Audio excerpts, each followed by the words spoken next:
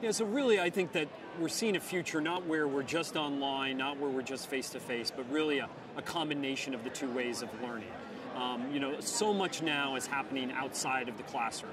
Flipped classrooms where students are watching videos or lectures online, even standing with their iPhones in the supermarket line, right? So much learning now happens outside of the classroom, and I think in the future we're going to recognize that even more.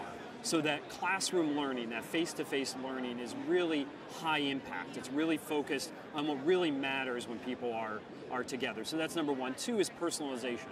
The fact that we know so much about how students learn, we have so much data now about individual students, we can now personalize learning in a way that we couldn't before, right? It used to be that the professor would teach to the average student in the room, right? And somebody always was able to move faster, somebody always was struggling in the back of the room. We can now focus education on all three types of those students. And then finally, there's no reason we should begin college every year in September and end in May and have 3 months off in the summer and only go to school 4 days a week in an age when learning happens anytime, anywhere.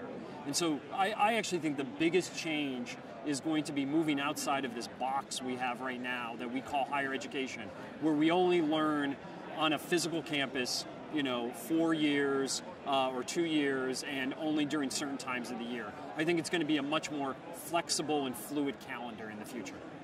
I think the real opportunity with students is kind of their life cycle, right? That students need a better transitions from high school into college into the workforce, and then continued education beyond that.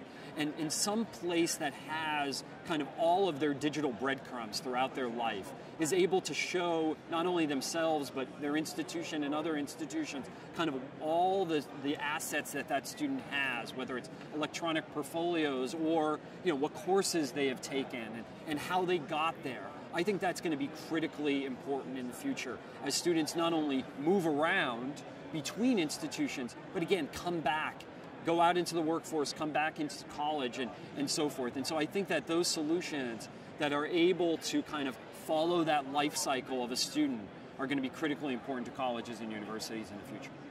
I mean, I've been covering higher ed in one way or the other for 16 years, and we've been talking about legacy systems that people, I was around when, there was the Y2K issues, right? And everybody wanted to update and upgrade, and you're always trying to fix things, right? Instead of starting from afresh. And obviously resources are constrained in higher ed, but higher ed is always trying to do patches and fixes, right?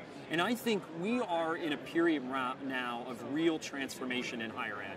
In fact, I think we're closer to the end of that transformation than we are to the beginning.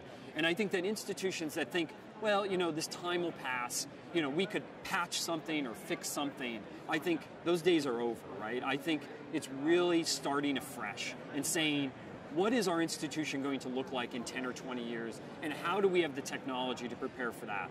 The technology of 10 years ago, 20 years ago, just doesn't work anymore. Just doesn't work, and we need to be, and they need to refresh themselves for that student of the future.